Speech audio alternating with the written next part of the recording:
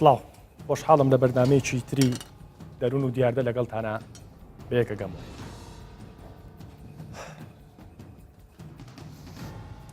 کۆمنتی بەڕێزێک کە بۆی ناردم لەسەر دروستکردنی ئەم بەرنامەیە وای کرد ئەم بەرنامەی لەسەر دروستکەین. نووسی بووی وای لێ هاتووە هەندێک خێزان کاتێک کە کۆستیانەکەی و کاتێک کە کەسێکی ئازیز لە دەسێن ئەوەندەی خەمی ئەو تێچووی ئەو ڕێوڕسمەیە کە لە پرۆسەی پرسەکە خەرجیەکەن ئازاری لە دەزانی کەس ئازیزەکان بیرەچێتەوە. جا بەڕاستی دوای ئەوەی کە ریسێرچمان بۆم بابەتەش کرد، دوای ئەوەی کە ڕۆژانە هەم ئێوەکو بینەر و هەم ئێمە ژووک و میدیاکار ئەیبینین ئەو پاکێجانی کە ئامادەمان کردووە لەم بەرنامایەوە و قسە و باسانی کە یکەین ڕەنگە ئەو کۆمنتەی و بەڕێزە هێشتا کەم بێت. ئەم پرسە و ئەم دیاردەیە کە ئێمە باسیەکەین باز لەوە ناکەین پرسە نەمێنێت، باز لەوە ناکەین کە پرسە ناشرینە، باز لەوە ناکەین خوا نەخواستە لە ڕووی دینیەوە ئەو ڕێ پێدانی کە ڕێ پێدراوە بۆی کە پرسە بکرێت ئێمە خەتێکی پیابێت. تەنها باسی ئەوەکەین، باسی ئەو دیارداناکەین کە پرسە جێران وێنەگرتن و شیرینی بەخشینەوە و چابەخشینەوە و دەردی هەندێک بەڕێز ئەڵێن ئەو کەپڕی کە دروست دەکرێت بۆ مەجلیس گەرمکردن و قسەی زل هەمووی لەسەر جیرفانی ئەو کەسە نزیکانەکەوێکە خاوەنی پرسەکەن. بە میوانناری سەید سدیق مامۆستا سەید سدیق کەپرانی سەرۆکی لیژنەی باڵای ڕێخستنەوەی پرسە لە وەزارەتی ئەوقاف، میر بێستون ساڵح میران سەرۆکی هۆزی خۆژناو بەشی پشگەری، مامۆستا کاوە مستەفا مامۆسای ئاین. مامۆستا با لە جەناب و لە ڕیشەستێکی جەنابەوە دەست پرسە بەپێی دینی ئیسلام. هەڵبەتە ئێمە بۆیە لە دینی ئیسلاممان کردووە بە دینی یەکەم لە بەرۆی دینی یەکەم لە کوردستانە دینی ئیسلامە و بەشێکی زۆری ڕێوڕسمە ئاینیەکان و ڕێوڕسمی پرسە جێران لەسەر ئەساسی دینی ئیسلامە. هەڵبەتە لە ناو پاکێجەکانە باسی مەسیح و هەندێک دینی تریشمان کردووە. مامۆستا بەپێی دینی ئیسلام پرسە جارێ با باسی ئەو پرسەیە نەکەین کە بووە بە مۆدێل و لە کوردستانە بەڕێخرێ. پرسە ڕێ پێدراوە؟ بەڵێ إن شاء الله. بسم الله الرحمن الرحيم. الحمد لله رب العالمين والصلاة والسلام على خاتم الأنبياء والمرسلين وعلى آله وصحبه أجمعين. أما بعد شكمان لو دانية كوا برسا يشيكا لكارة هرفضة إلى كان كوا پیغمبری خدا صلى الله عليه وسلم لچندان فرمودەدا هانی مسلمانانی داوە و کەوا ئەو کارە جێبەجێ بکەن و ئەجر و پاداشتی قیامەتیشی تێدا بەدەست دێنن. کەوا پیغمبری خدا صلى الله عليه وسلم لە فەرمودەیەکیدا دەفەرمێت ما من مسلم يعزي أخاه في مصيبة إلا كساه الله من حلل الكرامة يوم القيامة. وتا هەر برایەکی مسلمان سەرخۆشی لە برایەکی مسلمانی خۆی بکات لە کاتی موسیبەتێکدا دڵی بداتەوە ئەوە لە ڕۆژی قیامەتدا خدای پەروەردگار جلوبەرجی کەرامەتی لەبەر دەکات. باشە مامۆستا، بەڵام ئەم مەراسیمانی کە ئێستا لە کوردستانە هەیە شیرینی بەخشینەوە و خێمە هەڵان و دانیشتن و قسەی زل و چوزانم چا خواردنەوە و داوکتان لە ماڵی ئەم خاوەن پرسەیە تا 11:12 شەو و ئەمانە مەسەلەن جا دەگرتن و ڕێگرتن لە خەڵکو و ئەمانە ڕێپێدراوە؟ بەڵێ شک و گومانمان تێدا نییەکەوە پرسا لە کە بەو شێوەی ئێستا لە کۆمەلگاکەی ئێمەدا باوە و جێبەجێ دەکرێت هەندێک شتی تێدا هاتۆتە ناوە یاخود هەندێک شتی خراوەتە سەر کەوا لەلایەنی ئاینیەوە و لە ڕوانگەی ئاینیەوە لەوانەیە مخالفەی شەرعی تێدا بێت و لەوانەیە پێچەوانەی فرمانەکانی شەرعی تێدا بێت و شتی واشی تێدایەکەوە زیاد کراوە لە داواکاری شەرعی کەوا ئەوانەیە بۆتە هۆی سەبەبی ئەوەی کەوا پرسە و سەرخۆشی لە کۆمەلگای ئێمەدا ببێتە بارێکی قورس یاخود ئەرچێک کەوا کەسانی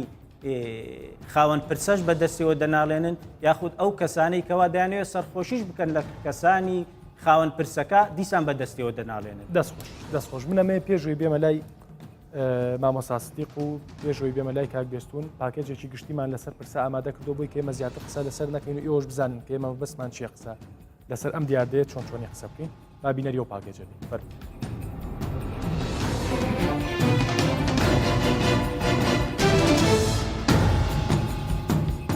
ترس لە مردن بەهێزترین پاڵنەرە لای مرۆڤ بۆ هەموو شتەکانی ژیان هەر بۆیە لە ناو کللتور و نەتەوە هۆزە جیاوازەکانی جیان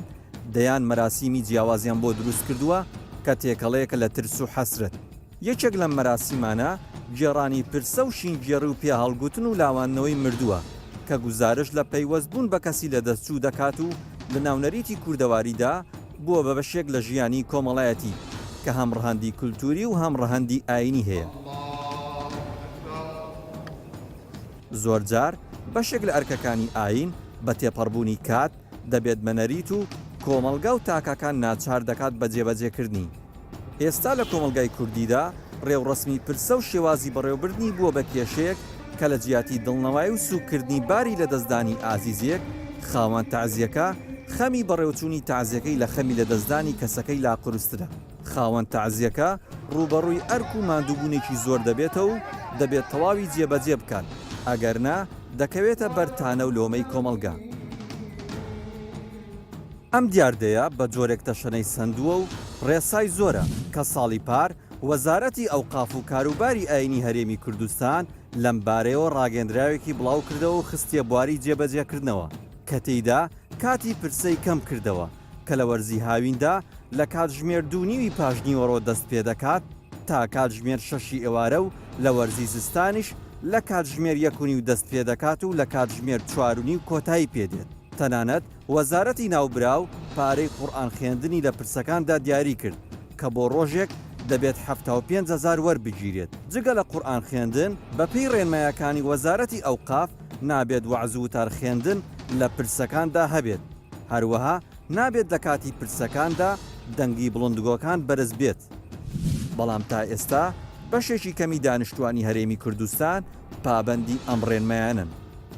ڕێوڕسمی پرسەدانان موسڵمانانی کوردستانی دابەشی دوو بەرە کردووە کە لای بەشێکیان ڕەوایە و لای هەندێکشان ناڕەوا و بە بیدعی دەزانن. ئیمامی شافعی لە کۆمەڵی 312 لە بەشی 6دا دەڵێت ينبغي أن ينصرفوا في حوائجهم فمن صادفهم عزاهم واتە پێویستە کە سوکاری مردووەکە بڕۆن بۆ لای ئیشوکاری خۆیانەوە هەر کەسێک پێیان گەیشت سەرخۆشیان لێ بکات. بەڵام بە شێوەیەکی گشتی پرسە لە هەرێمی کوردستان لە دەرەوەی ڕێسا و ڕێکارە ئاینیەکان ڕێگای نەریتی کۆمەلگای گرتووە کە بە جۆرێک مەسیحیەکانی هاوشێوی موسڵمانان 2 ڕۆژ لە کڵێسا دادەنیشن و پرسەکانیان پڕە لە پەیوەندی کۆمەڵایەتی. بەڵام پرسیارەکە لێرەدا ئەوەیە ئەم پرسە و تەعزیە پڕ لە پەیوەندیە گەرم و گوڕە کۆمەڵایەتیە باشە بۆ خاوەن تەعزیە یاخود مردنێکی سارد و سڕی وڵاتانی پێشکەوتوو.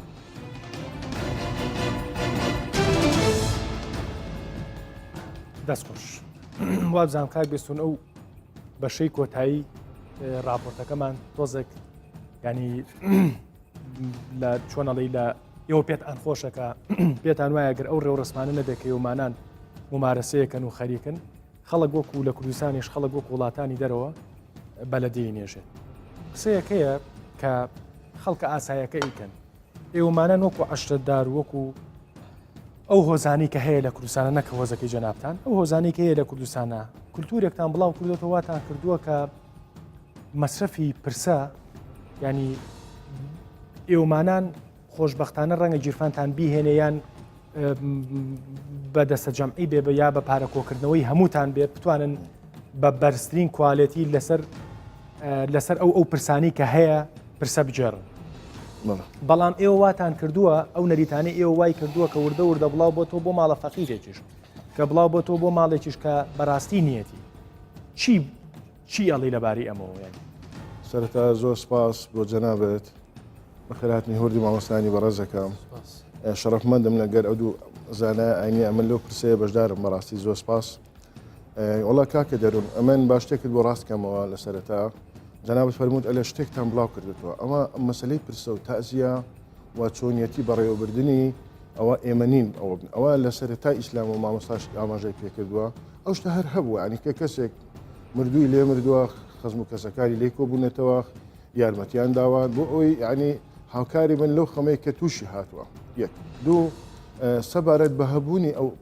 پرسەیە منطقە بۆ منطقە جیایە بەڕاستی کاکە دەدۆن ممکنە لە سلێمانی جیابێ لە هەولێری جیابێ یان میچێنی لە عراق جیابێ لە وڵاتی دیکە جیابێ ئەوە جیاوازە بەڕاستی جا يعني ئەوەی ئەمانەیە قسەی لەسەر بکەین ئیزابیات و سلبیاتەکەیتی ڕاست ئیزابیات و سلبیاتەکەی ئایا لە بەڕێوەبردننی ئەو مەراسیمی ئەو پرسانە لە کوردستان کامیان باشە چۆن بکرێەوە چۆن ڕێک بخرێ باشە تۆ ێستا ئەو پرسانی کە ئێوەمانانەی جێرنەوە و پرسە قەرەباڵغ و تێر و تەسەل و گۆشت لێنان و چێژ لێنان و چەند کەسێک بێت چێشتان بۆ لێنێ و خۆتان پێتان ینی چۆنەڵی پێتان ڕەوایە بەنسبەت ئێمە طبعاً ڕاوبوونەکە هەڵبەتە بە باسی هۆزەکەی جەناب بە تحدید نا ئەمن بەعام باسەکەین بەگشتی باسی طبعاً من وەکو لێرە زیاتر وەکو کەسایەتێکی عشایری زیاتر ئەمە ئەنەوێ ناقشەی ئەو بابەتێ بکەین بۆیە من هەر لەو بابەت میشە لە ڕووی عشاریەوە پێتەڵم ینی پێتان باشە ئەو قەرەباڵغی ئەو تێچووە لەبەر چی پێمان باشە بەڵێ طبعاً پێمان باشە چونکە یەکەم شێت ئیجابیاتەکانی ئەوەیە بەڕاستی کۆکردنەوەی ئەو خەڵکانەیە کە مچینە فتەیەک یەکیان نەبینیوە دوو بۆ خاوەن مردوو حتا خەڵکی لا کۆبێتەوە و لای نزیک بن مچینە ئەو خەم و ئازارە ئەو لە دەستانی ئەو کەسە مچینی لە بیری باتەوە سێمین شت باسی مەساریف ئەەکەین بۆ جەنابەت باسی تێچووی ئەو تازیە ئەەکەی لە ناو منتقە عشایرەکان وایە من باس شارستانیت ناکەم بەڕاستی کاکە باش لە ناو عشایرەکان ئێستا لە گوندی خۆمان منتقی خۆمان دۆڵی خۆشناوەتی لە کاتی خۆی کە مردوویەک مردووە لەو گوندەیە خەڵک هەر کەسە لە ماڵی خۆی چووە لە گوندەکە نانوان بۆ مزگەوتەکە بردووە یعنی کێشەیان نەبووە و ئەسڵەن خاوەن مردوەکە نانانی حاضر کردووە ئێستاش هەروایە زۆری وایە ئەگەر لە هەولێر مچینە ئەو دەیاردەیە تۆزەکەم بوو بێتەوە بەڵام ئێستاش یعنی کە ئەچیە ناو منتقە عشایرەکەی کە لە شار ئەچی دەرەوە ئەو شتە هەر هەیە کاکە دەورۆنی ینی ئەتوڵێ وڵا زەخت ئەکەوێت عفونکە ئەکەوێتە سەر خاوەن مردوو لە لای ئێمە ئەو زەختەیە نەکەوتوتە سەرێ و هاریکاری هەبووە دەست خۆش کاکسەی لە ناو پاکێجەکە هەندێک بڕیاری ئێوەمان پیشاندا کە کاتی تەعزیەتایە پارەی قورعان خوێنی تایە و ئەو ڕێشۆنانی تایە کە بەگشتی بۆ پرسە لە کوردستان ئاگیرێتە بەر گوێتان لێ گیرێ سەرەتا بە ناوی خوا زۆر سپاس دیارە ئێمە وەکو وەزارەتی ئەوقاف حکوومەتی هەرێمی کوردستان لە ساڵی 2016 بە ئامادەبوونی ڕێزدار سەرۆکی حکوومەت و وەزیرانی حکوومەتی هەرێمی کوردستان و قوسولگەرانی وڵاتانی دنیا کۆنفرانسێکمان کرد بە ناوی کۆنفرانسی گوتاری ئاینی لەم کۆنفرانسەدا کۆمەڵێک بڕیار و ڕاستپاردەی زۆر گرنگمان تێدادا بە حوزوری مامۆستایانی ئاینی لەسەر ئاستی هەرێمی کوردستان بەبێ جیاوازی لایانی سیاسی فکری لە هەموو شوێنەکانی کوردستان و مامۆستایانی ئاینی نخبەکانیان بەشدار بوون لەم کۆنفرانسەدا جایەکێک لە خاڵ و ڕاستپاردەکانی کۆنفرانس ئەوە بوو کە بڕیاردرا لەم کۆنفرانسەدا پرسە لە هەرێمی کوردستان ڕێک بخرێتەوە هۆکاری ئەوەی کە ئێمە خۆتان پێتان وا بوو بەڵێ کە پرسە ناڕێک و پێک بەڵێ ئێمە لۆ پرژانە سەر ئەم بابەتی پرسە دیارە ئێمە وەزارەتێکی ئاینی بە گەورەترین موسسەی دینی دێ لە هەرێمی کوردستان وەکو وەزارەتی ئەوقاف وەکو شوێنێکی فەرمی ڕۆژانە سکاڵامان پێدەگەیش لە ڕێگای تەلەفۆن لە ڕێگای سکاڵای دەستی لە ڕێگای کۆڕ و کۆبنەوە دانیشتەکانمان بۆیە ئێمە بە گرنگمان زانی یەکێک لە خاڵ و ڕاستپاردەکانی گوتاری ئاینی بکەینە ڕێخستنەوەی پرسە لە هەرێمی کوردستان ئەوە بوو ئێمە پارساڵ وەکو لە راپۆرتەکەی بەڕێزیشتان ئاماژەی پێکرد ئێمە پارساڵ لیژنەیەکی باڵامان دروست کرد کە بەندا بەخۆی سەرۆکایەتی ئەم لیژنە دەکاتن ئێمە کۆمەڵێک خاڵ و بڕیارمان کۆمەڵێک ڕێنماییمان دەرکرد بە حوزوری زیاتر لە 500 مامۆستای ئاینی و بە سەرپەرشتی ڕاستەخۆی جەنابی وەزیری کاکتۆر پشتیوان ئێمە لەگەڵ مامۆستایان دانیشتین وە فۆرمێکمان تەوزیع کرد بەسەر مامۆستایان ئەو مامۆستایانی کە ئەزمونیان هەیەوە بەسەر خەڵکی عشایر و بەسەر خەڵکی ئەوانەی کە قورئان دەخوێن لە پرسەکاندا وتمان ئێوە ستان پێ باشە ئێمە وەکو وەزارەت لە حکوومەت ستان پێ باشە ئەوانە دەیکەینە خاڵ بۆ ڕێخستنەوەی پرسە لە هەرێمی کوردستان ئەوە بۆ ئەو خاڵانە کە دەرمان کرد وە خاڵەکانیش هەمووی چاپکران و وەکو بە شێوەی لەزگا لە واجهەی هۆڵە ئاینیەکان دران لە هەموو مزگەوتەکان لە سەرتاسەری هەرێمی کوردستان بەدەر لە شاری سلێمانی لە بەرەوەی شاری سلامی بۆ خۆی یەک ڕۆژە لە شاری سلێمانی لەوانەیە کەمترین گلەی و گازاندا لە سلێمانی بکری لە بابەتی پرسە کاتەکەی زۆر کورتە هیوادارم لە شاری هەولێریش بگاتەم ئاستەکە خەڵک بتوانێ بەم شێوازەی سلێمانی بتوانانی پرسە دابنێتن ئێمە ئەم ڕێنمایەنەمان تەوزیع کرد لە ڕێگای مامۆستایانی ئاینی عفوم کاک دەروون جوابت دەدەمەوە کاک دەروون ئەگەر عفوم بکەیت ئێمە زانی کاک دەروون بۆ خۆت سەیری قوانین بکە کاتێک کە قوانین تەشیع دەکرێت دەردەچێت بۆ ئەوە دەردەچێت دیارە سەرپێچی هەیە بۆ ئەوەی کەسێک هەر کەسێک سەرپێچی کرد باش قانون هەبی ڕێکی بخاتن ئێمە وەکو ڕێنمایی کە دەرمان کردیا ئیسیجابەی زۆر باشی هەبووە لەلایەنی مامۆستایانی ئاینی لەلایەن کەسایەتی عاشائیرەکان لەلایەن خەڵک بە شێوەیەشی گشتی خەڵک کاردانەوەی سلبی نەبووە بەرامبەر ڕێنمایەکانی وەزارەتی ئاوقاف و ئێمەش لیژنەی متابعەمان هەیە بە دوواداچوون دەکەین لە هەر شوێنێک ببینین کە ئەم ڕێنمایانە جێبەجێ ناکرێت ئێمە وەکو پێویست ئیجرات خۆمان مەسەلەن من بە دوواداچوونەکە بالەوە دەست پێ بکەین ینی بەپی ڕێنمایەکانی بەڕێستان بۆ مامۆسایەکی ئاینی قورئان خوێن ڕۆژ لە ڕۆژێکە 75,000 بەڵام ئێستا مەلا هەیە لە سلەیمانی من ژمارەکانیم دایە من حەزاکەم ئێستا بیان خەمە موقیف و تەلەفۆنیان بۆ بکەین بەڕاستی بە 500 دلاری جواب بنایەتەوە لە ڕۆژێک کاک دەرونجا ئەمان هەندێک کۆماشیاتۆ بۆ بە مۆدل لەگەر تازیەکەی فلان مەلایەتیانە بێ و تازیەکەی فیسار فلان مەلایەتیانە بێت تازیەکە بە کوالیتیشی نزمدان هەندێ مەلا مزایدەیەکی بەرچاوەکەن بەم پارەوە و لە کاتێکە ئەگەر ئێوەمانان ڕقیبێکی باش بن بەسەریانەوە ناتوانێت مزایدێت ئەمەلانیکە مەگەر 75,000 هەدیەک باگەر خاوەن تازیەکە هەدیەکی زیاتری باوە گریمان 75 تریە یا گریمان سەیتریە بەڵام 500 دلار و 600 دلار و حتا 1000 دلاریش لە هەموو دنیا بەڵێ جان پێم خۆشە مستەلەحی مەلا لە قورئان خوێنانە جیا بکەنەوە چونکە مەلا جیایە لەگەڵی قورئان خوێن پێم باشە لەبەر ئەوەی کەسایەتی مامۆستایەکان قورئان خوێنەکان لێک جیا بکرێتەوە بەڕاستی باشە قزمۆنیە جەنابەت کە ئەنی ئەوە بەڵێ تێگەم بۆ هیچ گەتوانێ گەر مەلاژ نەبێ قورئان خوێن بێ ڕێگات بە من نەدەکەم قسەکانی خۆم تا بەس بە کورتی وەڵامان زۆر ئەمەین بێت لە هەموو دنیا کاتێک باسم کرد کە قوانین تەشیع دەکرێت یعنی بۆ مانای نایە کە سەرپێچی ناکرێت لە وڵاتانی بەس بۆ مانایش نایە کە گوێی لێ نەگیری و هەر ئێمە نەخێر ناوان نییە چکە ئێمە ئەگەر پێت خۆشە کۆمەڵام ئێستا وەکو جەناوت فەرموود ناکرێمە تەشیر بە خەڵک بکەینە سەر لە ڕێگای تەلەڤیزۆنەکەی جەنابتانەوە گەن ئێمە تەشیر نا بەڵام با دەستخینە سەر برینەکان ئێمە بۆکو شخص قسە نەکەین بەڵام با دەستخینە سەر برینەکان بزانین خەلەلەکان چێ مەسەڵەن ئێمە ئیجراتمان کردووە کاک دەروە ئێمە ئیجراتمان کردووە هەمووش کۆمنتمان لەلایە ئەوانەی کە پارەی زیادیان وەگرتووە ئێمە ئیجراتمان کردووە پارەکەشمان گەڕاندوتەوە بۆ خاوەنەکەی بەڵام دەبێت خاوەن پرسەکە لەگەر ئێمە هاوکار بێ ئێستا لە ڕێگای ئیعلام هەموو خەڵک دەزانی کە وەزارەتی ئاوقاف پرسەی ڕێخستوتەوە و لە ڕێی مامۆستایانی یانی کە لە مینبەر باسییان کرد ئەو کار لە وتاری هەینیدا دەبی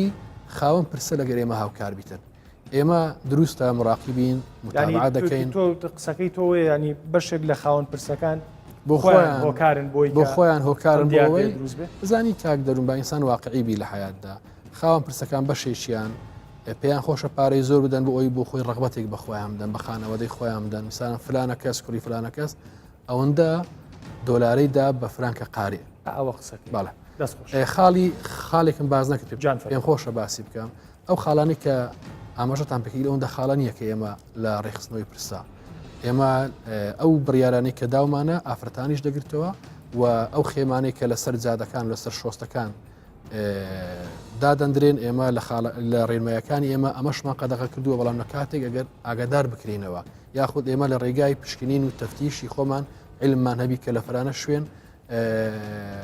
ڕەشماڵ و یاخود لەم بابەتانە هەردراوە و بابەتی کورسیەکانی شکال دەرن زۆر جاران کێشە بووە بۆ خەڵک بۆ نمونە لەم هۆڵی ئێستا پرسە هەبووە کورسیەکان هەریەکە بە شێوازێک دانراوە کابرا هاتووە دانە بەدانە بە خێراتنی خەڵکی کردووە بەڵام ئێمە وەکو بڕیارمان داوە و لیزانیشمان ڕاوا کرد بۆ مزگەوتەکان کورسی مزگەوتەکانیشمان چاکرد هۆڵەکانی مزگەوتەکان کورسەکان هەمویان ڕووی لە دەرگا بێ واتە خاوەن تازیە بتوانانی زۆر بە ئاسانی هە لە شوێنەکەی خۆی بە خێرهاتنی خەڵکی دەستخۆش مامۆساکاوە پرۆسەی پرسە بەپی دینی ئیسلام تا چۆن ینی چۆن نیە تا کوێ بەشێکی زۆر لە مەلا بەڕێزە سەلەفیەکان ئەڵێن و لەسەر بە پێوەری قورئان و حەدیث ئەڵێن هەتا ئەو شوێنی کە ئەبرێتە سەرقەبران لە سەرقەبران مردوەکە نێژرا ئیتر دوای ئەوە سونەتە دوای ئەوە ئەم زەڕوریەتە ناوێت پرسەی بۆ دانرێت و قاعی بۆ بژیرێت و خێمەی بۆ بژیرێتەوە ئێواڵێن چی بەڵێ بەخۆی ئی مەراسیمی وەفاتکردنی کەسێک لە بیدایەتی وەفاتکردنەکەی سێ چوار زۆر گرنگە بۆ وەکو مەراسیم و وەکو عیبادەت لە بۆی دەکرێت کەوا شوشتنێتی مەسەڵەن کفنکردنێتی پاشانکردنەکەیەتی و ناشتنەکەیەتی ئەو چوار شتە بۆم هەموو مردوویەک دەکرێت کە لە مردوەکانی موسڵمانەکان و بۆی دەکەین و ئەوە عیبادەتێکە و هەندێکیان لە واجباتە فەردی کیفاییەکانیشە نەک واجبەی عیبادەتێکی اعتیادی بەڵکو فەردی کیفایە و پێویستە کۆمەڵێک موسڵمانان بەو شتە هەر هەڵبستن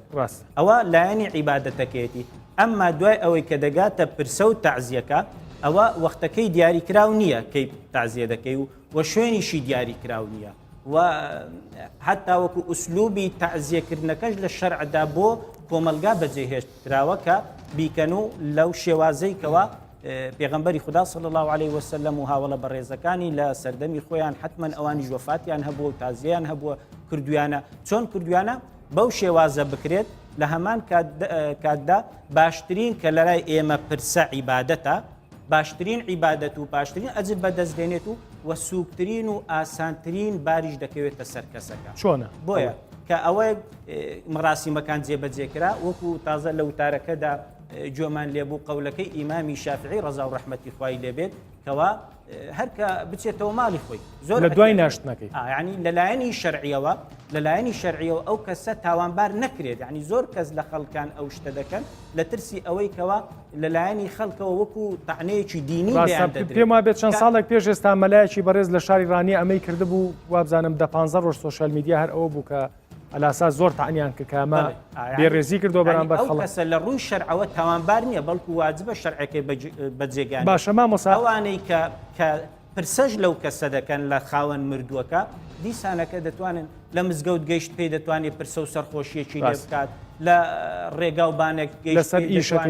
لەسەر ئیشەکەی گەڕایەوە لای ئەوەی وەکو ئیمامی شافعی گوتنی لی گەڕێ کە ڕەزا و ڕەحمەتی خوای لێبێت لی گەڕێک صاحب مردووەکە بچێ بە دوای کار و باری خۆیەوە خەڵکەکەش بچن بە دوای کار و باری خۆیەوە لەکوێ گەیشتینە یەکدی پرسە لەسەر پرسە و سەرخۆشی لێ بکەین کەسمان کەس گلەی بار نەکەین و کەسمان ئەوی دیکە باشە ئەسا ئەم شتەی بەڕێزێکە باسە کرد ئەم پرۆسی پرسەیەکە لە دوای ناشتنەکە بۆ بە مڵکی سەلەفەکان یان هیچ کەسێکەم شتە بکایە سەر یەکسرە لەنەوە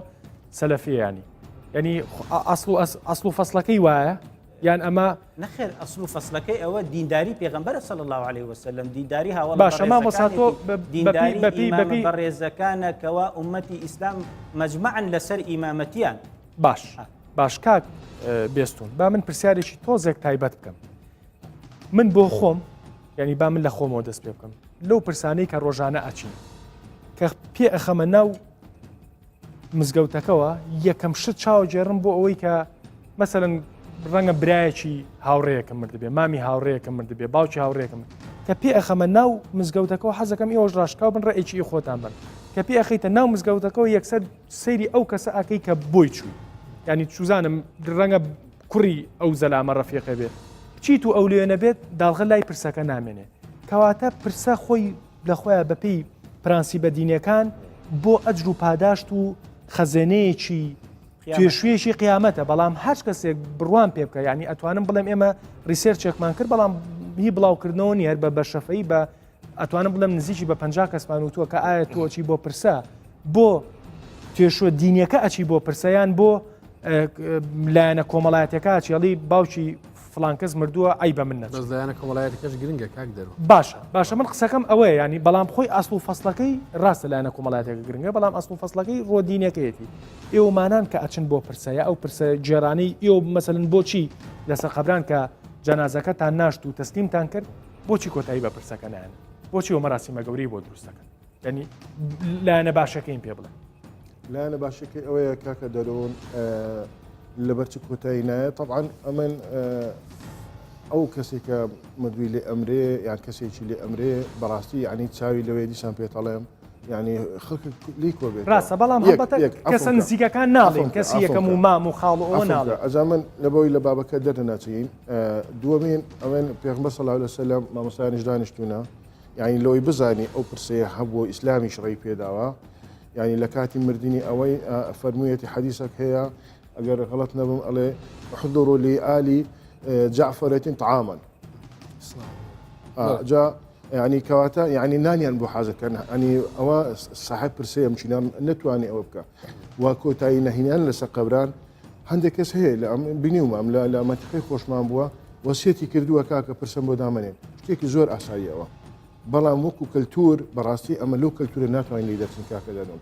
من خاوەن تازیێمە ئەگەر لەسەر قەبران نەرێم کۆتایی با پێبێ لە مزگەوت کە دائنیشم چاوم لەوەیە دۆست و خۆشەویستان و ئەو عشیرەتانەیە ئەو خەڵکانی من سەردان و کردن ئەوانج بێنەوە لام لەبەرچی پێش هەموو شتێکی لایەنە دەرونیەکەی یعنی هەستەکەم کە خەڵکێک دێ بەشداری پرسەکەمەکە من بەڕاستی لە خەمەکەم کەمە بێتەوە مردی خۆم لەبیر ئەەکەم باشە کاک بێستون من ئەمێ پێم بڵێ دیانی پرسەیەکی ئەومانانیا پرسەیەکی کەسێکی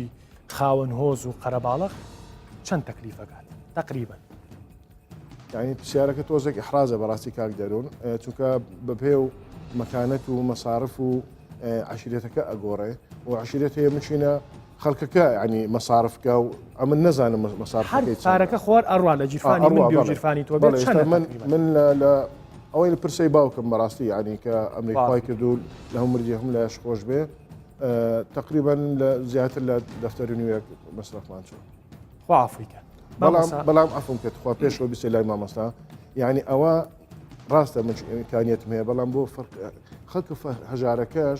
خزمەکانیان هاریکاریان ئاگادار بە لەو نقطەیە یعنی مەسەلە ئەوە نییە مچینە خەڵکێکی شارستانی ناو هەولێرە باسی هەولێرەکەم یا و لەسەر ئاستی کوردستان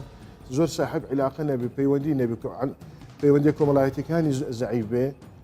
مچینە بتوانێت بە 4 سعات کە 2 ڕۆژە 2 بە 2 ئەو تازیە بڕێ بکە مەسارفی کەم بێ بەڵام بۆ ئەوەی تر بەڕاستی باش پاکێچێکمان نامادە کردووە مامۆسا حەزەکەم دوای ئەو پاکێجەکە بینیت اینجا ڕای تۆرگە فەرمو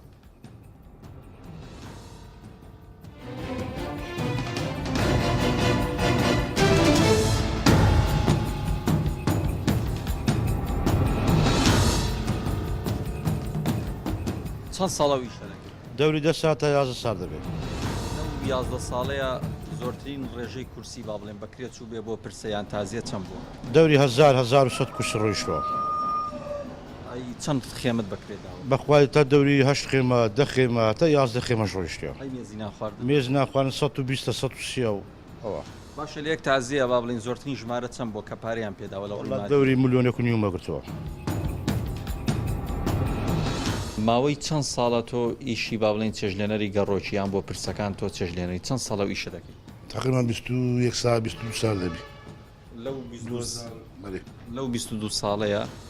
زۆرترین ڕێژە چێش لێ نابێت لە پرسیەکە چەند بووە بۆ چەند نەفەر خواردن ئامادەکە بەخوایە تا 2000 ڕۆیە 1500 ڕۆیە 2000 ڕۆیە ئەمە خۆ لە مزەتی سەد عەبدوڵای سەد عەبدوڵای مالە باب شعب کەریمی 3000 نەفەرماناندا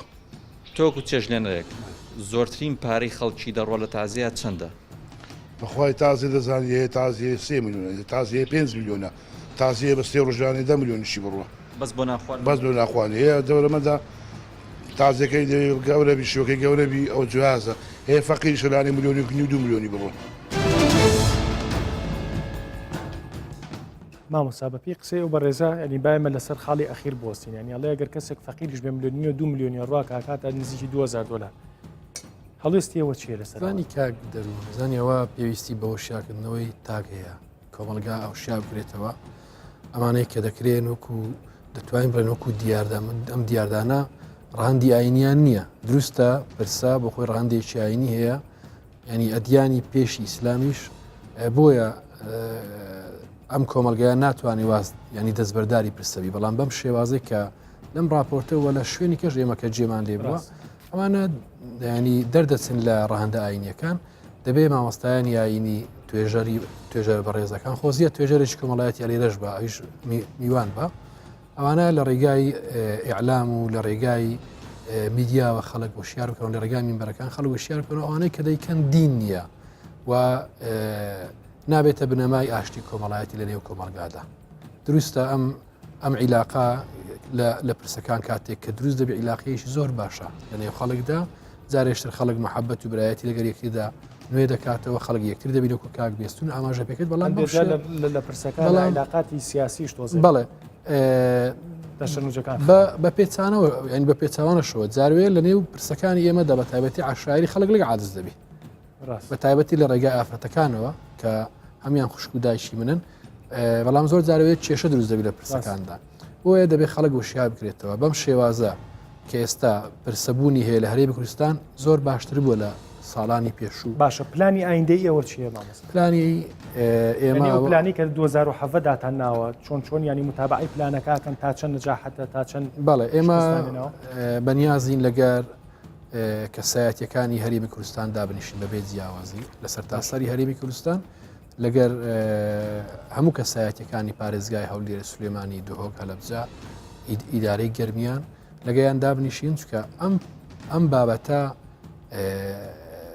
پەیوەندی بەمەبەستی جێبەجەکردن پەیوەندی ڕاستەخۆی بە کەسایەتەکانی نێو هەرێمی کوردستانەوە هەیە دروستە مامۆستایانی کاریگەری باشیان هەبوو ئێستاگەر لە من پرسیار بکە ئێمە چۆن ئەم ڕێنمایانە جێبەجێ دەکەین ئێمە لە ڕێگای مامۆستایانی یانی کە فەرمانبەری وەزارەتی ئاوقافن بۆ نمونە بە مامۆستایانمان وتووە ئێوە کلیری هۆڵەکان کە مامۆستا بەڕێوبەری مزگەوتە کلیری هۆڵەکان نەدەن بە هیچ کەسێک هاوینان سەعات 2 پێیان دەدەن تاوەکو 6 وە قاریەکان ئێمە بازیان بە دروست دەکەین ئەم قاریانەی کە ڕێگە پێدراو نەبن ئێمە ڕێگەیان پێ نادەین کە قورئان بخوێنن و ئەگەر ئاگادار بکرینەوە ئیجراعاتی توندیان لەگە دەکەین ئێمە بۆردێکمان هەیە لەگە وەزارەتی ناوخۆ و لەگە وەزارەکانی تر ئەوانی ژاوکار دەمن بۆ جێبەجێکردنی ئەم ڕێنمایانە چکە ئەم ڕێنمایانە لە مەساڵی گشتی خەڵکیە یعنی وەنی ئیلە مورچی وەزارەتی ئاوقافی ئەمە لەسەر سکاڵا و داواکاری خەڵک ئێمە ئەم ڕێنمایانمان دەرکردووە ئەم ڕێنمانەی ئێوە من ئەتوانم بڵێم وەکو ینی وەکو میدیاکارێک دەتوانم بڵێم پەیوەندی ڕاستەوخۆی بە ژیانی زۆرینەی خەڵکەوە هەیە بە هەموو خەڵک نەک زۆری هەموو خەڵکەوە باشە ئیتر بەپی کەم و زۆری بەڵام ڕەنگە قەرارێکی وەزارەتی ناوخۆ پەیوەندی بە شەریحەیەکەوە بەڵام بە بۆچوونی خەڵک قەراراتی وەزارەتی ناوخۆ لە بەروی هێزێکی چەگارن و وەزارەتیی چەک بەدەستن سەریعتر جێبەجێکرێ و سەریعتر قوبوڵەکرێ وەک لە قەراراتێکی ئێوە وەک لە بڕیارێکی ئێوە لە کاتێکا بڕیارەکانی ئێوە پەیوەندی بە تاک بە تاچێم کۆمەڵگەیەوە ئێمە ئەم ڕێنمایانەیمە چویتە سەرۆکایەتی حکوومەت سەرۆکایەتی پەرلەمان هەموو سەرۆکایەتی حکومەت و قەرارێکی وەزارەتی ناوخۆ بەڵام وەزارەتی ناوخۆ وەزارەتی ناوخۆ هاوکارە بۆ جێبەجێکردنی ئەم بابەتە بۆ نمونە خێمەیەک هەڵدەدرێ ئێمە دروستە وەزارەتێکی عسکەری نین وەزارەتێکی چەکدار نین خێمەیەک هەڵدەدرێ ئێمە لە ڕێگای وەزارەتی ناوخۆ ئێمە دەتوانین ئیجرا لەگەرم خێمە بکەین باشانی من ئەتوانم ئەو بۆی کێسا بە بینەرانی بڵێم بەڕاستی چکە بەڕاستیەوە گرفتێکی زۆر ئەم خێمە هەڵانانی جاری وایە کۆڵانێک خۆی کۆڵانێکی ئام دەگرێت هەر ینی جادێکی ئامە و کەسیش لە ڕۆ کۆمەڵایەتێکەوە جورئەت ناکا قسە بکە لە بڕۆ لێ قسە بکەم ئەمە تەعزیان هێولیان قەومەوە بەڵام لە کۆتاییە پێشی ناخۆشە ئێمە زۆریشی لە دڵگیرە بەڵێ ینی ئێساوەکو یاسایەت ینی ئەتوانیم ئێمە لێرەوە یاعلانی ئەوە بکەین کە دڵنیای ئێمە خەڵک دڵنیا دەکەینەوە سێ ژمارەشمان لەسەر فۆرمەکە هەیە ئەم سێ ژمارە بەردەوام کراوەنە خەڵک دەتوانی پەیوەندی باشە ژمارەکانمان پێ بڵێ ئەگەر لە بەریشە نیە مشکلە نیە بۆی کە ژمارەکان پۆستکەین بەس دوای بۆمان بنێ ئێستا ژمارەکانە نووسین ینی هەرچ کۆڵانێک گیرا بەوەی خێمەی پرسەوە یانی ئەگەر هەندێک کەس ینی کۆڵانەکە ڕەنگە بەشی سارە ڕۆشنێکیش بکە بەڵامی تر تاوە بۆ بەکردو ڕێک کۆڵانێکە گیرێ و چکە خەڵک بەڕاستی خەڵک بۆی نووسی و مەڵێ خۆتەکەی بەم کۆڵانە سەبی کۆنکرێتیدا ناو ماڵی فران بەرپرسە خۆتەکەی بە کۆڵانەکەی ئەو دیوا پرسێ خۆتەکەی بە کۆڵانەکەی ترا سیارە شت داگرانی بەڕاستی خەڵک زۆر هەر سێ ژمارەم لەبەرە بەڵام دوای دەتان دەمێت لە تایتڵەکەی دایبەزێنن زۆر باش سەبارەت بەوەی کاک دەروونس ئەو ژمارانە کراوان هەمیشە کراوە قورئان خوێنەکانی شەگرێتەوە هەمووی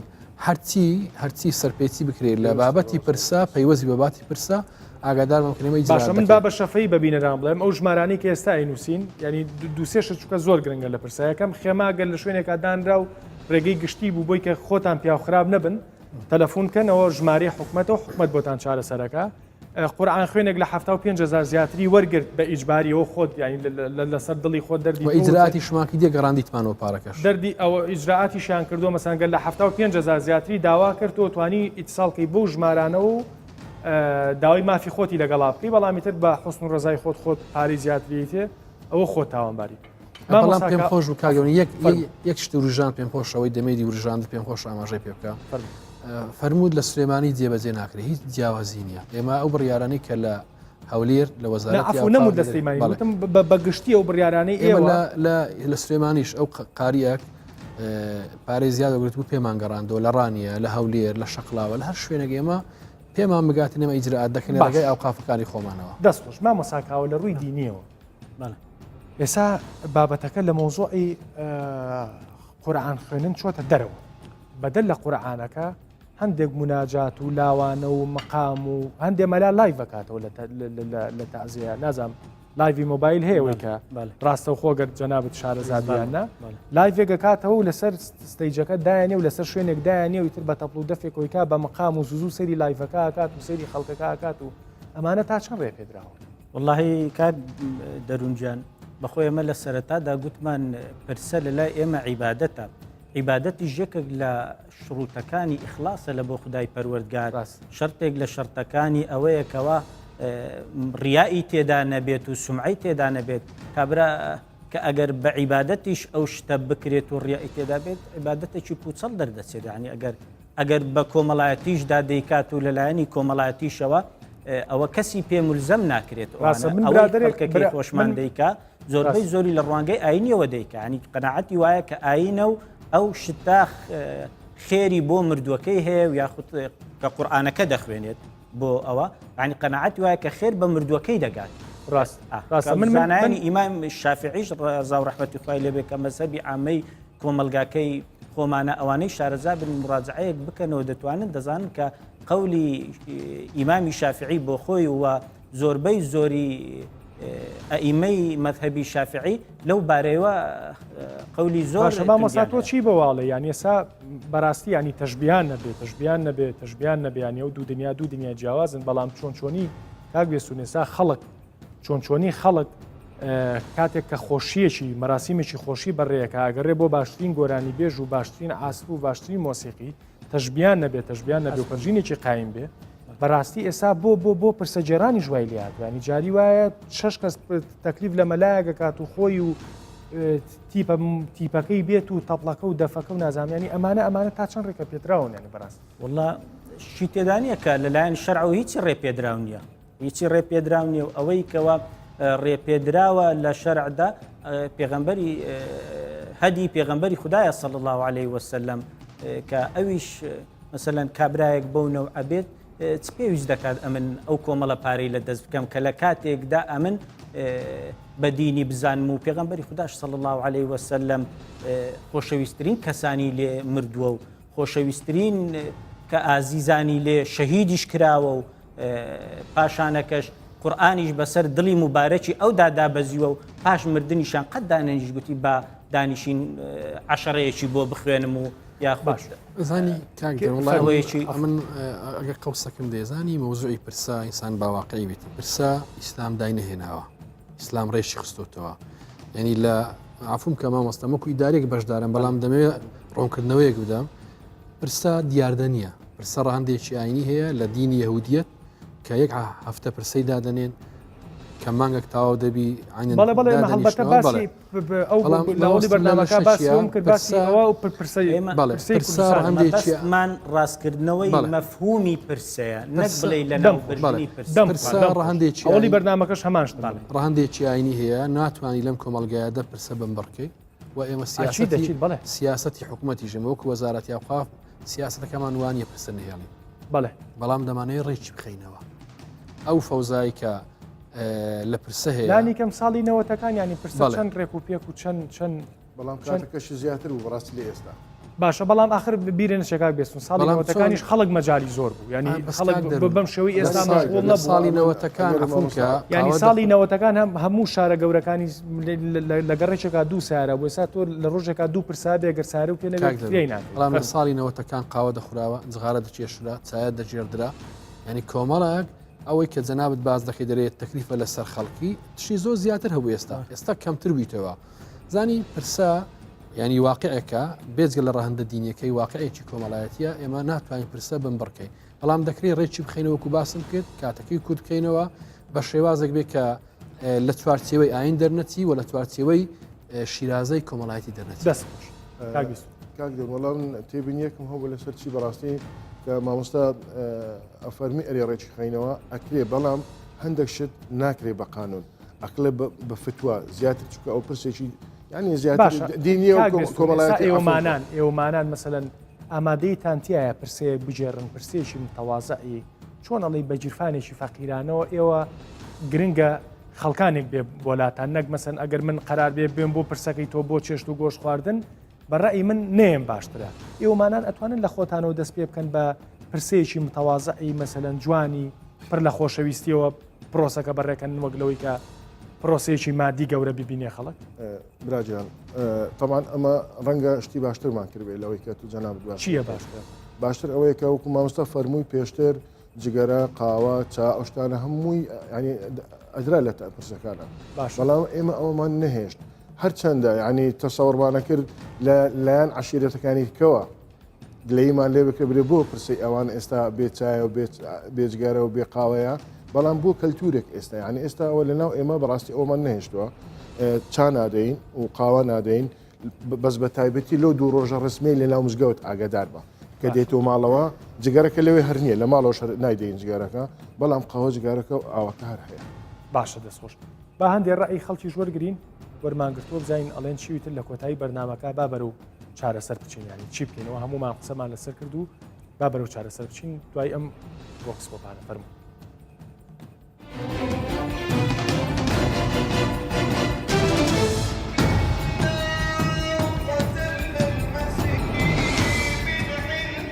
لە پرسەیە ئێستا بینین کۆمەڵێک خواردنی زۆر ئەکرێ بەڕاستی یان کۆمەڵێک شرینی یعنی ئەم شتانە بەڕاستی هیچ پێویست ناکە لە پرسەیە ئەو شتانە بکرێ لەبەرەوەی ئەو کەسانێک کە خۆیان پرسیانەیە دڵتەنگن ناپەرژێنە ئەوەی کەوا ئامادەی بکەن یان لە بازار بێنن یان مەشغوڵی شتی تر ببن ئەوانە بەلای منەوە وەکو ئاینی ئیسلام یعنی دایناوە کە زیادێ و نابێ بکرێت من ئەم پرسە بە شتێکی جوان دەزانم ئەوەی کە ماوە لە هەرێمی کوردستانە و لەناو ئەم کۆمەلگای ئەما پرسەیە ئەوەی کە ئێمەی بە یەک گرێ داوە و زیاتر ئاشنا بووین بە یەکتری ئەم پرسەیە ماوە ئەگەر پرسە نەبێ لەوانە بێتر شارەوانی جەنازەکانمان بنێژێ ڕأیا من تازیت vegavê bîta rojek tinê bes e çinkî bîta bargîraniyek bo xudanê taziye wextê bûne berîn hesê roj dabin tazî her sê danê zad çêt kir nîvro çêt kir mexreb çêt kir bû bargîraniyek bo xudanê taziye ev sê rojê heyet hatîne danan wekî me gotî dabûnerî tekin em maya şerîetî bi tenê ser ziyareta lê ev rûkê ihtimala bijin heker ev gazindatê tekirin pa heket malê dabît gelek car ev rûkê heta taziyê jinka jî hestken bine mizgefta bû çî meya kiriye dabûnerît yani heker me vêt ev nebît jî arîşa me ev ya kî dabûnerî teke ev rûkê ez taziyê nedanim holekê li mizgeftekê li cihekî xelkek her diêtin ew xelkê ji wextê hat ihtimalet mala mirovî da hint cih û berfirehî têdanîne ev rûkê mecbûrîn bijin ev holê tenê bêne danan بۆ چەند ساڵی ئاخری گۆڕانکاری لێکرێ ئێستادانی ئێواران مەسەلەن سەعاتیە کونی هەیە تا پێش مەغریبێ پێم باشە ینی بۆچی پێشترینێ پێشترێ مەسەلەن لە سبەینێ هەتا ئێوارە سێ ڕۆژان ئەو کەسێک کە تازیێداریش بولانێ بێزار دەبێت تا حەدەچی بەس ئێستا باشە یانی تۆی شتێکت پێ زیادە نییە ئێستا پێم زیادە نییە چکۆگەر کەسی سەردانت نەکە لە تازیە هەر ئەوەی تازیێدار هەدری دەتەقی وەنیە موضوعی پرسە یعنی چۆن بڵێ ئێستا وای لێ هاتیە بوویتە شتەی تەقلیدی بەڕاستی لە زۆربەی پرسە و شتەکان یعنی بەعام کە باسی بکەین بارەکی قرس دەکەویتە سەر ساحبی پرسە مەسەلەن لە ڕووی ڕێخستنی تازیەوە لە ڕووی حازرکردنی خواردن و ئەو شتانە بۆ میێوانەکان زۆر شتی دیکە یعنی بەنسبەتە ئەو شتانە مامۆساکاوە چی بکەین چی بکەین بۆ دەردی جەنابتان وتان پرسە ئەمری واقعە و پرۆسەیەکی کللتوریە و باسی بنبرکردن و ئەو شتەی ناکەین ینی وەکو دیاردێکی ناشرین بەڵام چی بکەین بۆ ڕاستکردنەوەی دیاردە ناشرینەکانی دابردنی دیاردە ناشرینەکانی ناو پرسەی کوردستان وەڵا وەکو مامۆستای جەنابی مەلا مامۆستا سدیق گوتی یەکێک لە هەنگاوە هەرە گرنگەکان ئەو هەنگاوانەیە کە بە پێخۆشحالی و وەزارەتی ئەوقاف و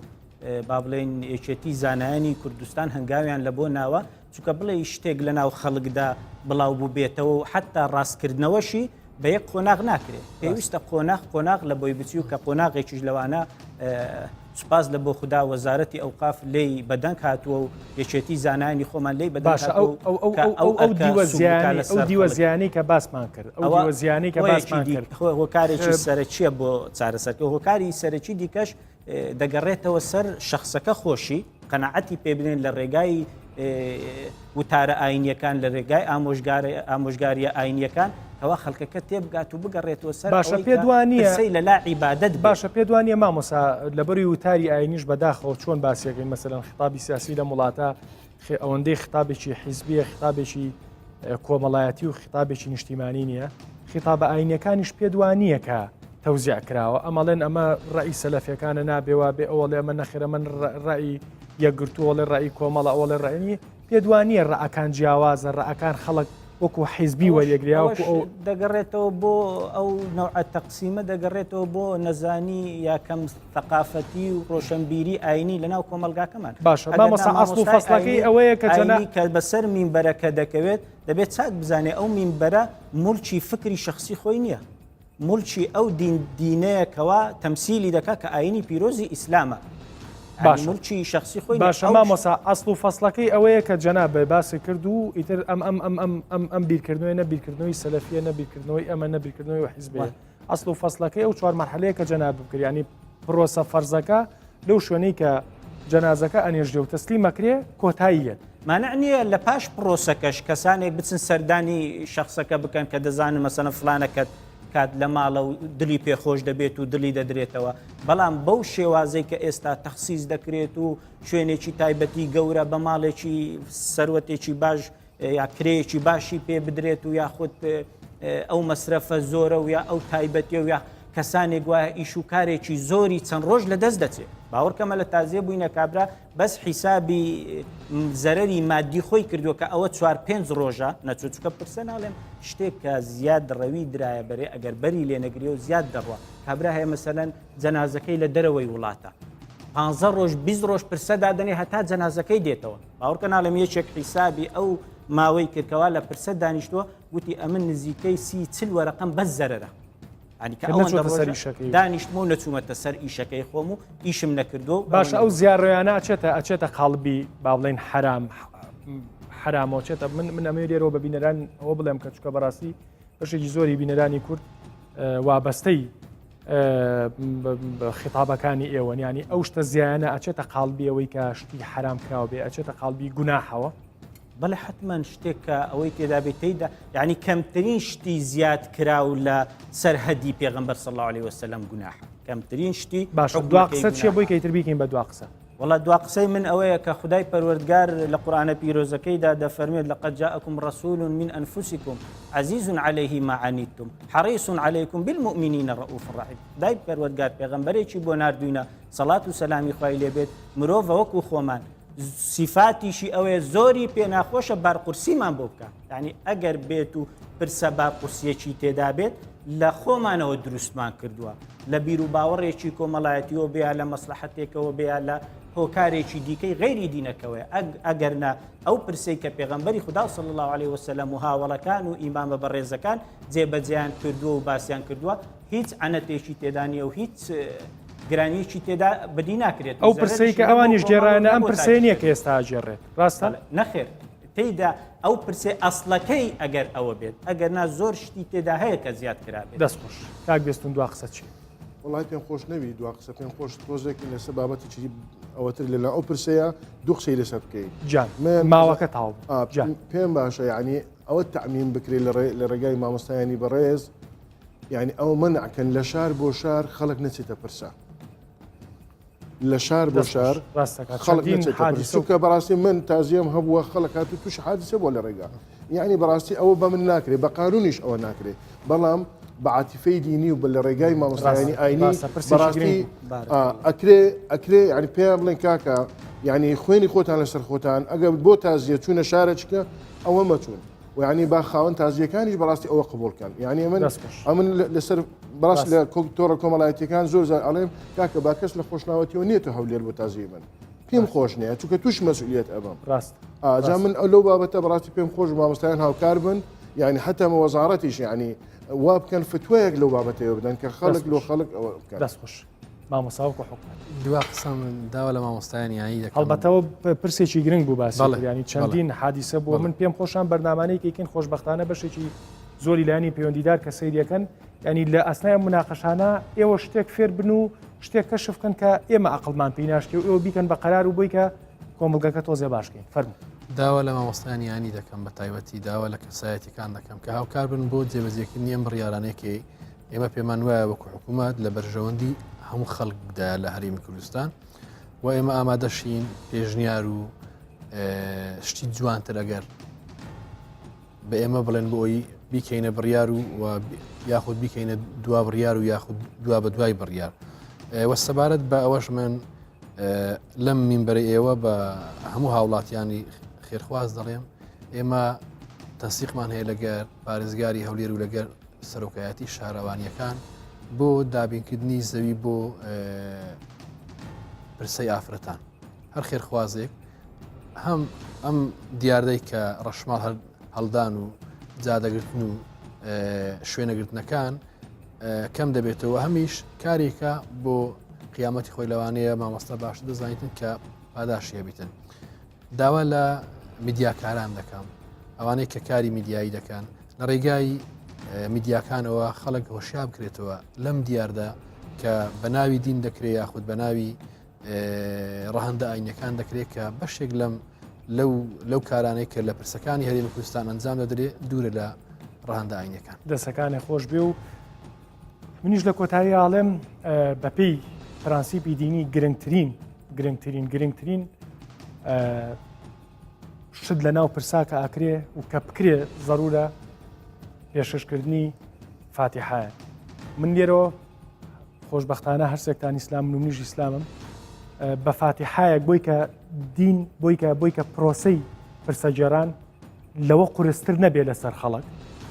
فاتیحایەک پێما بێنە پارەی تێچێگەگەر بە دڵ بینێری پێما بێ باشترین تێشۆنیە مامۆسا ینی من ئەمەیە لێرەوە هەر چوارمان فاتیحایەک بۆ جانی شەیدانی کوردستان بنێرین و دوعا و پارانەوە و بە بینەران بڵێم کە لەمە زیاتر ئەوەیە کە بۆکو مامۆسا باسی کرد با تووشی ئەو زیادە ڕۆیانە نەبین با تووشی پاقلاوە و چوزانم گۆشت و چێشت و ئەو مەسرفە گرانانەی کە یەکەین وەکو کاکبێستون باسی کردیانی دووسێ دەفتەر بەڕاستی پارەیە لەسەر جیرفانی خاوەن تازیەیە بۆیە بەدڵەوە ئەگەر دڵسۆزی ئەو ماڵی بەدڵەوە فاتیحایەک بنێرە بۆ گیانی پاچی ئەو خوارێ خۆش بووە ڕەنگە لە هەموو ئەو شتانی تر باشتر بێ و بەمەش فاتیحایەک بنێرین بۆ گیانی پاچی هەموو شەیدانی دەپاڕێنەوەەوە لە شەریرەکانمان خۆش بێت و کوژراوەکانمان بە شەید حساب بکات و کەس و سەبووری کەس و کارەکانیان بدا ئینشاءالله